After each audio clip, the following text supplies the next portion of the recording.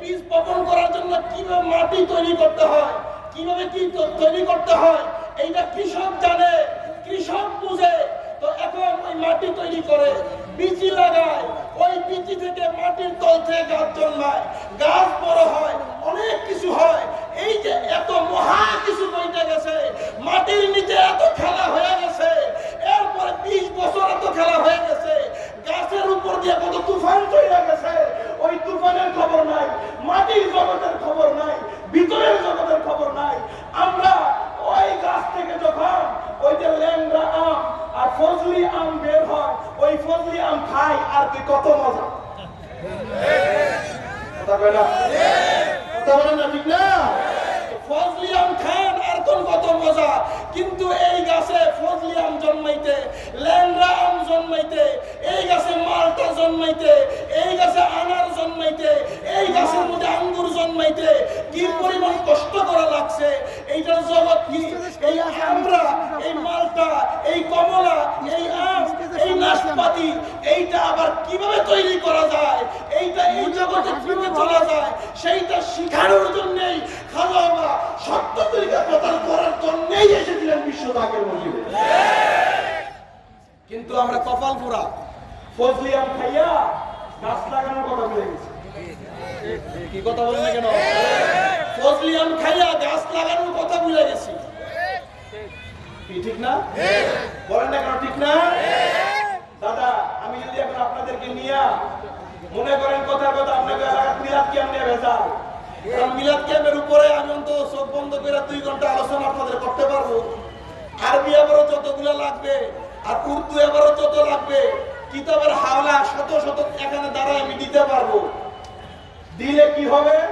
এদিক দিয়ে তাকবীর হবে, এদিক থেকে তাকবীর হবে, ওই মাঠের মাঝখানে দাঁড়ায় যাবে, তাকবীরে তাকবীরে পুরো মাঠ গরম, বলবে এ ওহাবিরা তোমার বাস দিয়া গেছে। কথা বলে না? কালকে সকালে যায় বলবেন ওহাবিরা তোকে বাস দিয়ে গেছে। শুনেন, আমি ওহাবিগার বাস দিতে চাই না,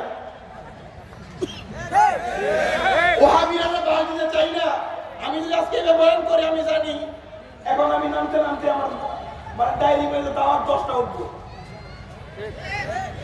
কথা বলেন। কিন্তু মনে রাখবেন, আমার খাজা বাবা ওই এনায়তপুরের গন্ডি থেকে বের হয়ে আটশির গন্ডির ভিতরে যাইয়া ওই জায়গা থেকে আমার খাজা বাবা দাঁড়াইয়া সারা পৃথিবীতে তরিকা প্রচার করেছে। কোনোদিন বাহাস করতে হয় নাই, কোনোদিন বিতর্ক করতে হয় নাই, কোনোদিন কাউকে ওহাবি বলে গালি দেওয়া লাগে নাই, কাউকে খারিজি বলে গালি দেওয়া লাগে নাই, কারোর মাথার মধ্যে বাড়ি দেওয়া লাগে নাই, কারোর সাথে ঝগড়া করা লাগে নাই, ফেতনা করা লাগে নাই। এক জায়গার মধ্যে পয়সা, এক জায়গার মধ্যে পয়সা সারা দুনিয়াকে প্রেমের জাল দিয়া ধইরা আপন কদমের মধ্যে জমা করেছেন। সেই কোন নিয়ামত, সেই কোন নিয়ামত, সেই কোন অনুভূতি, সেই নিয়ামতের তত্ত্ব আমরা জানতে চাই। এত নাচানাচি দরকার নাই। আল্লাহর রাস্তায় থাকেন ভাইরা, হুজুর যে মহাসত্য নিয়ে এসেছেন ওই সত্যকে বোঝার চেষ্টা করেন। কারে মুরাদ করলো, কারে করলো না, এইটা নিয়ে নাচার দরকার বলে না, নাচার দরকার। প্রশ্নটা করবো, প্রশ্ন করবো। প্রশ্নটা হচ্ছে আমরা কি? কথা বলে না, সবাই বলেন, আওয়াজ দিয়ে বলেন। আচ্ছা, আওয়াজে বুঝে সন্দেহ আছে? সন্দেহ আছে? কথা বলে সন্দেহ আছে? সবাই এক আওয়াজে বলেন আমরা কি? মানুষ। আচ্ছা, মানুষ কি প্রাণী না প্রাণী না? মানুষ কি প্রাণী না প্রাণী না? প্রাণী। আচ্ছা, গরু প্রাণী না প্রাণী না?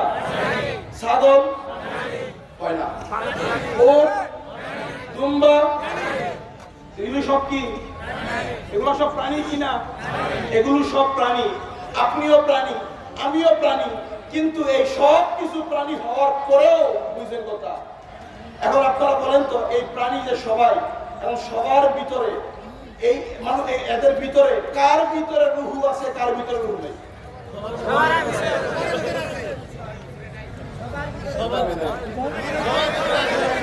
আওয়াজ দিয়ে বলেন। সবার ভিতরে আছে? হ্যাঁ,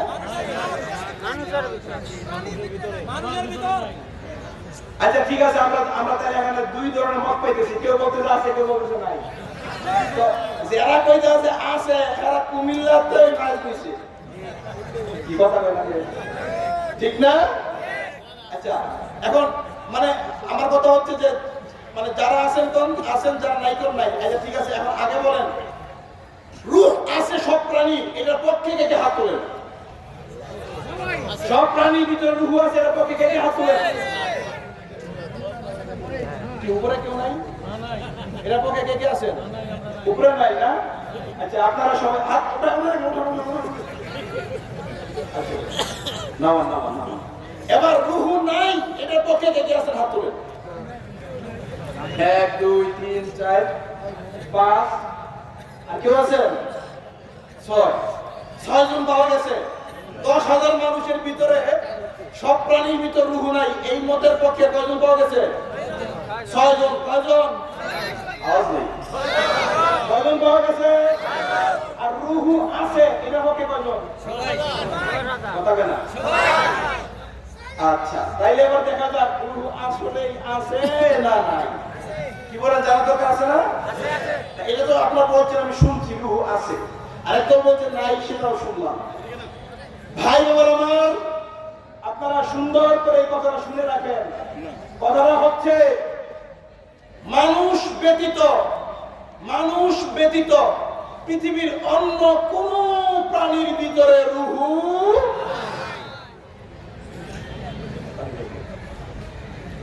পৃথিবীর একমাত্র মানুষ ব্যতীত অন্য কোন প্রাণীর ভিতরে রূহ কি রহস্যজনক মনে হইতেছে? কথা কয় না? রহস্যজনক মনে হইতেছে? পেঁচ লেগে গেছে না? কথা কয় না? পেঁচ লাগছে কিনা? আওয়াজ দেন, পেঁচ লাগছে কিনা?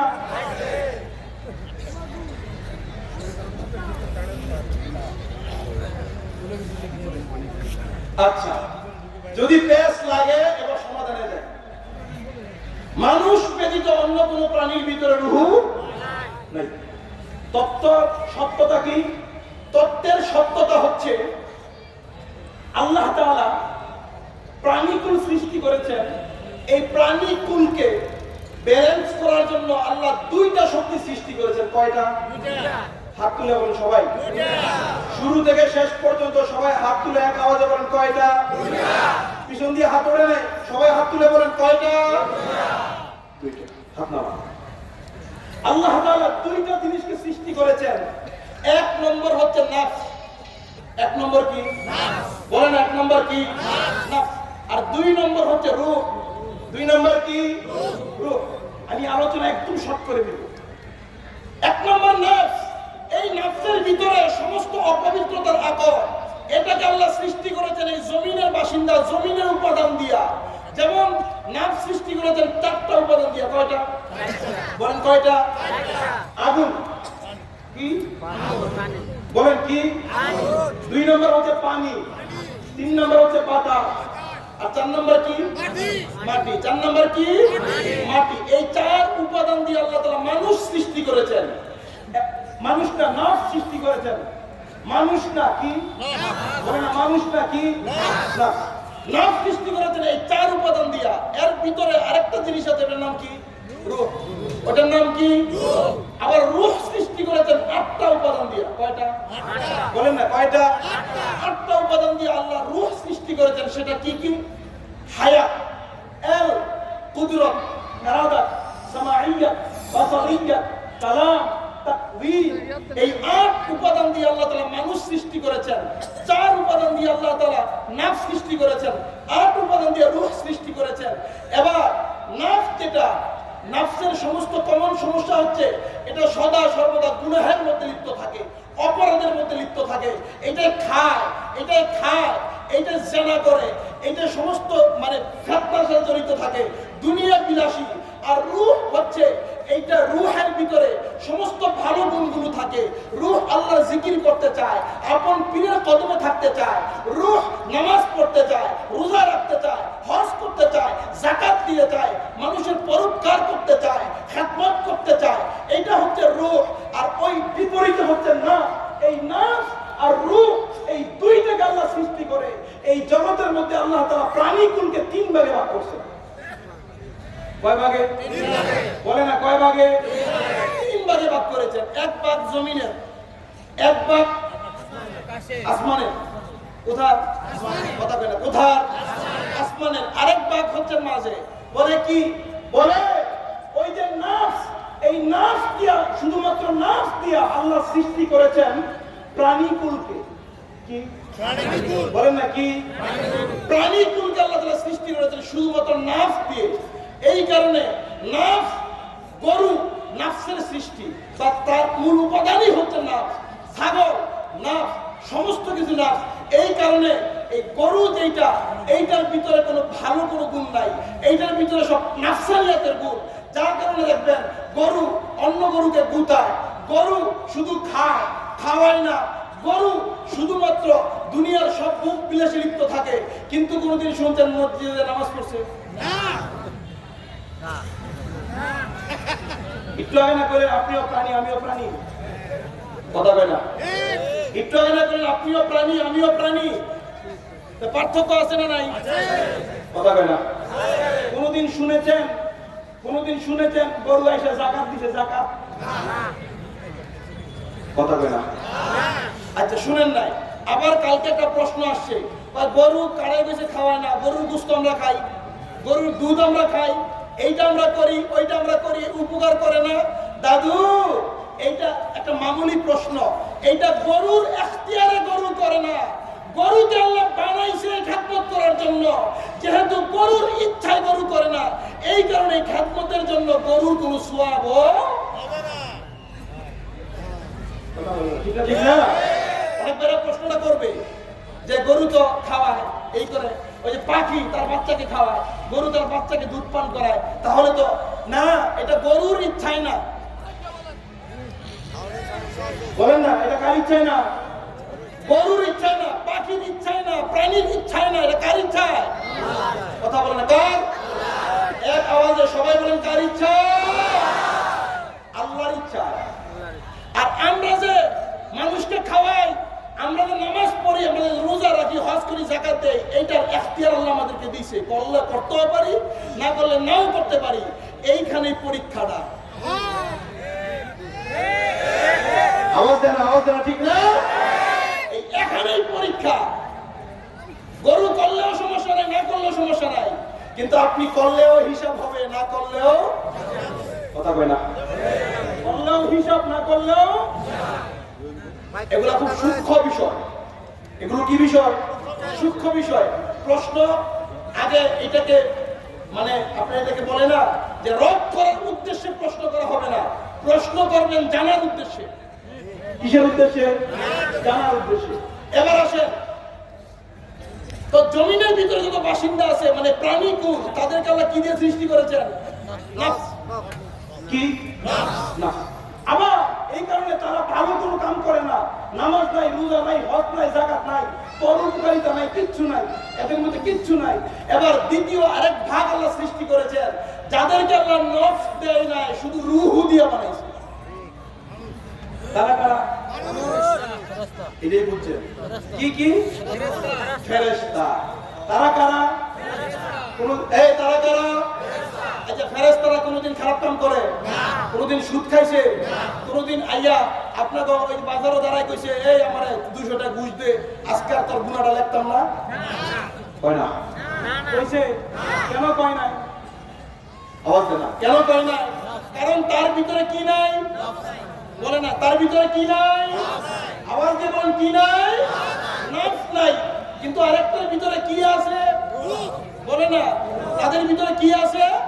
রূহ আছে, নাফস নাই। যার কারণে শুনবেন ফেরেশতারা খালি জিকিরি করে, জিকিরি করে, নামাজি পড়ে, নামাজি পড়ে, সাজদাই করে, সাজদাই করে, তারা আমলই করে, আমলই করে। কেন করে? কারণ হচ্ছে আল্লাহ তাদের সৃষ্টি করেছেন এই আমল করার জন্য। তাদের ভিতরে আল্লাহ নাফস নামক জিনিসটাই দান করেন। বুঝে আসছে? এবার 3 নম্বর বিষয়। 3 নম্বর বিষয় কি? 3 নম্বর বিষয় হচ্ছে আমার আল্লাহ রব্বে জালাল, রব্বে কারীম বলে, বান্দা একদলকে শুধু নাফস দিয়েছি, এরা দুনিয়া নিয়ে মত্ত, আরেক দলকে রূহ দিয়েছি, এরা জিকিরে মত্ত, মুরাকাবায় মত্ত, আমি আল্লাহর বন্দেগীতে মত্ত। কিন্তু তোকে বান্দা আমি আল্লাহ শুধু নাফস দিব না, আবার তোকে শুধু রূহ দিব না, তোর ভিতরে আমি আল্লাহ নাফসকে টাইনা নিয়ে এসেছি, রূহকে টাইনা নিয়ে এসেছি, দুইটাকে একত্রিত করেছি। দুইটাকে একত্রিত কইরা আমি আল্লাহ তাআলা তোর ভিতরে নাফস দান করেছি, রূহ দান করেছি। নাফস তোকে টানবে দুনিয়ার দিকে, দুনিয়ার দিকে, দুনিয়ার দিকে। রূহ তোকে টানবে আমি আল্লাহর দিকে, জিকিরের দিকে, মুরাকাবার দিকে, মুশাহাদার দিকে, আমি আল্লাহর ইশক মহব্বত মারিফতের দিকে। বান্দা যদি ওই রূহের কথা মেনে ওই নূরের যে লাইট, নূরের যে লিঙ্ক, নূরের যে জগৎ, ওই জগতের মধ্যে যদি ডুব দিয়া আমি আল্লাহর প্রেমে পারা হইতে পারি, আমি আল্লাহ নিজে তোর হয়ে যাব। যদি আমি আল্লাহর প্রেমে ফানা হইতে পারিস, আমি আল্লাহ তোর হয়ে যাব। সুবহানাল্লাহ বলবেন না? তো বলবেন আট্টশির হুজুর ওই গ্রামের ভিতরে বইয়া, আট্টশির ভিতরে পয়সা থেকে কি করছে? আমার খাজা বাবা ওই এনায়তপুরের ভিতরে পয়সা, আমার খাজা বাবাকে নাফস কেমনে কন্ট্রোল করতে হয়, নাফস কেমনে পবিত্র করতে হয়, ওই নাফসের স্বভাব খাজা এনায়তপুরি শিখাইছে। সুবহানাল্লাহ আওয়াজ নাই? মহব্বত বলেন কিসের জবাব শিখাইছে? নাফস কেমনে কন্ট্রোল করতে হয়। এরপরে শিখাইছে কিভাবে ওই রূহের যে লাইন আছে, রূহের যে জগৎ আছে, ওই রূহের জগৎ দিয়া আমার আল্লাহর সাথে ঘরের ভিতর বসে থাইকা সমস্ত মানুষের উঠতে যাইয়া আল্লাহর সাথে কেমনে প্রেম সম্পর্ক স্থাপন করতে হয়, সেইটা খাজা এনায়তপুরি আমার খাজা বাবাকে শিখাই দিয়েছে। যার কারণে আধ্যাত্মিকতার জগতে এই কারণের দরিয়ার ভিতরে এটা এমন একটা দরিয়া, এটা এমন একটা জগৎ, যেই জগতের ভিতরে এই সৃষ্টি জগতের সব কিছু যদি বলে দেওয়া হয়, হুজুর কেবলা বলছেন বাবা এটা না কোনার মধ্যে পড়ে থাকবে। সেই জগতের ভিতরে আমার খাজা বাবা পয়সা যখন মুরাকাবার ভিতরে পয়সা, রহমতের সময় পয়সা যখন তসবিহ টান দিছে, এক একটা জগৎ একটা তসবিহ গুটার সাথে চলে আসে। সুবহানাল্লাহ বলবেন না? তসবিহ গুড়া বেরা, এই আপনার তসবিহ আর একজন সুফির তসবির মধ্যে আকাশ পাতাল পার্থক্য আছে।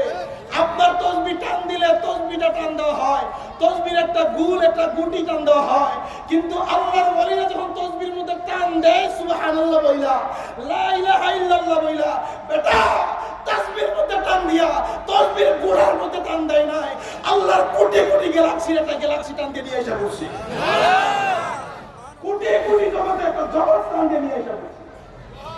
বিশ্বাস হয়? কথা বলে না বিশ্বাস হয়? আমার খাজা বাবা যখন সেই দাদা পীর খাজা এনায়েতপুরীর কদমে বৈশা এই আধ্যাত্মিকতার জগতের সব সবক গ্রহণ কইরা, না খাইয়া না ঘুমায়া সোনার শরীরকে কঙ্কালসার করে, জীবনের সব কিছু কঙ্কাল করে, নিজের সব কিছু উজাড় করে দিয়া আমার খাজা বাবা যখন সেই মহা নিয়ামত লাভ করেছেন, মহা নিয়ামত লাভ করার পরে আট্টশির জমিনে আমার খাজা বাবার শক্তি ছিল না, দাদার শক্তি ছিল না, বাবার জমিদারি আট্টশিতে ছিল না, দাদার জমিদারি আট্টশিতে ছিল না, শ্বশুরের শক্তি ছিল না, কারো শক্তি ছিল না, কোনো বেড়ার শক্তি ছিল না, কিন্তু আমার খাজা বাবা এমন একটা শক্তি অর্জন করেছেন, এমন একটা জগৎ দিয়ে তিনি ছায়ার করেছেন। আমার খাজা বাবাকে আল্লাহ এমন ভাবে কবুল করেছেন, দুনিয়ার সমস্ত শক্তি আমার খাজা বাবাকে হাজির করেছেন। শুধু শক্তি না, এই দেশের বড় বড় প্রেসিডেন্ট, রাজা, বাচ্চারা পর্যন্ত আমার খাজা বাবার পা চাটতে শুরু করে দিয়েছে। আওয়াজ হয় না? ঠিক না? ঠিক। আমার খাজা বাবার পা এদেশের বড় বড় রাজা বাচ্চারা চাটে নাই? মনে হইতে তো সন্দেহ আছে? যার সন্দেহ আছে হাত তোলেন। কারো সন্দেহ নাই? সন্দেহ নাই? আমার খাজা বাবার পা চাটছে এদেশের রাজা বাচ্চারা, এদেশের সেনাপ্রধানরা, এদেশের বড় বড় ব্রিগেডিয়াররা, এদেশের বড় বড় রাজনীতি ব্যক্তিত্বরা, আন্তর্জাতিক ব্যক্তিত্বরা আমার খাজা বাবার পা চেটেছে, তার মধ্যে কোনো সন্দেহ আছে? কিন্তু আমার খাজা বাবা ঘরের ভিতর বৈশা কি টানতেন? কয় না? আওয়াজ হয় না? সবাই বলেন তসবির গোটার ধরে টান দিতেন। এক একটা জগৎ আমার খাজা আমার কদমে এসে নেশার হয়েছে, কিন্তু আমার খাজা আমাদের এটাই শিখেছে, বাবা এমন এক নিয়ামতের সন্ধান আমি তোমাদেরকে দিচ্ছি, যদি তোমরা সেই নিয়ামত লাভ করতে পারো, ইহকালের বাদশাহী এবং পরকালের বাদশাহী, দুটো বাদশাহী আল্লাহ তোমাদেরকে দান করে দিবে। কিন্তু আমরা কি করলাম? আমরা 5টা সিটের লাগিয়া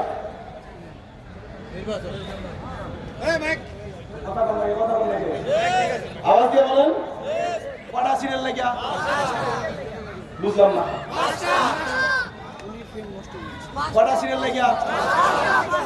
10টা সিটের লাগিয়া। কটা সিটের লাগিয়া?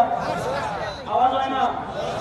এই শত শত সিটের প্রধান প্রেসিডেন্ট যার কদমে এসে নেশার হয়, আমরা সেই হুজুরের আদর্শ ছাইরা দিয়া, সেই আধ্যাত্মিক জগতের লাইন ছাইরা দিয়া, সেই পথে নূরময় জগৎ ছাইরা দিয়া, যখন আমরা দুনিয়ার ক্ষমতার লোভে পড়ে গেছি, তখন আমরা সংসদের লোভে পড়ে গেছি, যখন আমরা দুনিয়ার ক্ষমতায় মত্ত হয়ে গেছি, সাথে সাথে আমাদের থেকে সেই ক্ষমতা কেড়ে নিছে।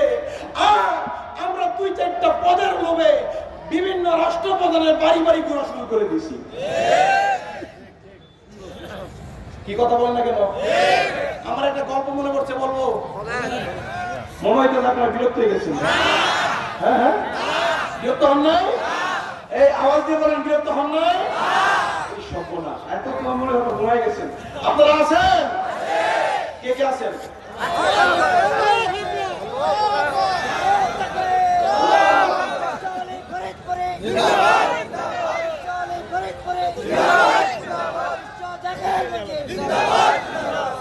ভাইজান, আপনারা মনে কষ্ট পাইতেছেন? আচ্ছা, আমরা ভাই আমার আধ্যাত্মিক সেই জগৎ ছাইরা দিয়া আমরা এমন জগতের বাসিন্দা, যে জগতের নিয়ামত হাসিল করলে রাজা বাচ্চারা কি করে?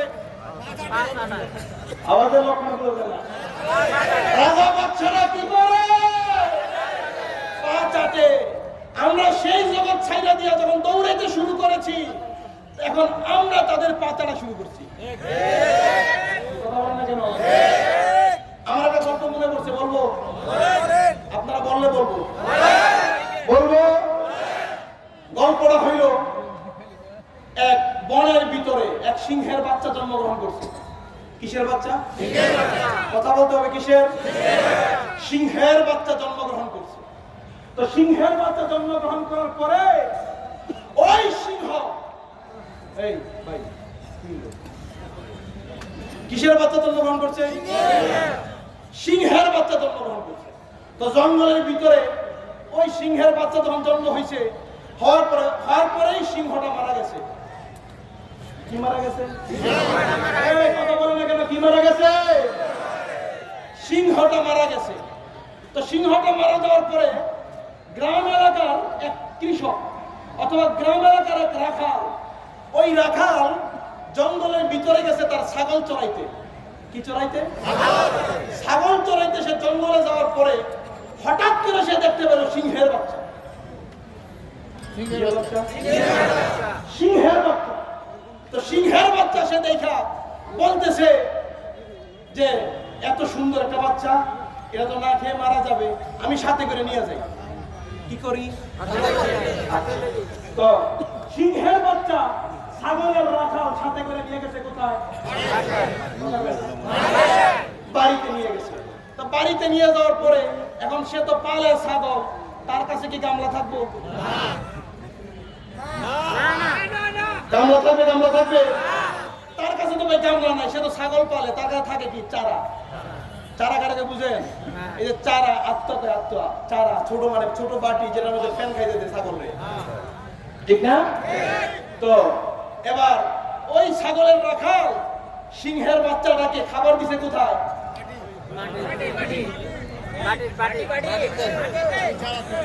কোথায়? ওই ছাগলে যেটার মধ্যে খায় এটার মধ্যে কিসের বাচ্চারা খাবার দিছে?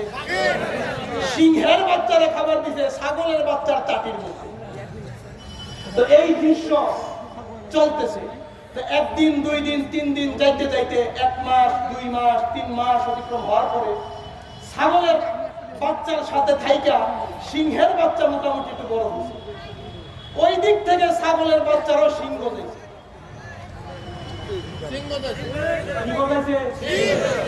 ছাগলের বাচ্চার সিংহ গজাইছে, আর সিংহের বাচ্চা তার কি সিংহ যায় না। এখন সে খায়, পানি খায় কোথায়? ছাগলের চাবিতে। আর সে চলে কার সাথে? এই কথা কয় নাকি?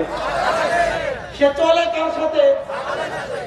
আচ্ছা, এখন 1 দিন, 2 দিন, 3 দিন যখন অতিক্রম হয়ে গেছে, 1 মাস, 2 মাস, 3 মাস যাওয়ার পরে হঠাৎ একদিন ছাগলের বাচ্চা, সিংহের বাচ্চা, ছাগল সব নিয়ে ছাগলের রাখাল ওই নদীর পাড়ে আবার চড়াইতে গেছে। যাওয়ার পরে এবার জঙ্গল থেকে, বন থেকে এক সিংহ বের হয়েছে। মারাবা বলবেন না? এই সিংহকে, এই সিংহকে চিনেন? এই সিংহকে, এই সিংহকে চিনেন? বলেন তো সিংহটা কি? আরে ভাই মোর বুড়া, সিংহে, এই সিংহকে? হ্যাঁ, আওয়াজ দেন, আওয়াজ দেন। সিংহটাকে কি আপনারা কি শুনেন না আমাদের আওয়াজ? বলেন সিংহটাকে? সিংহটা হচ্ছে মোহাম্মদ আধার হযরত খাজা মিয়া হুজুর মুজাদ্দিদ সাহেব। ঠিক আছে, ঠিক আছে। তো উনি বের হয়ে আইসা জঙ্গলের ভিতরে যাইয়া দেখলেন, উনি দূর থেকে লক্ষ্য করলেন ছাগলের বাচ্চার সাথে সিংহের বাচ্চা। কিছুক্ষণ পরে সিংহের বাচ্চাকে আইসা ছাগলের বাচ্চা গুতা দিচ্ছে।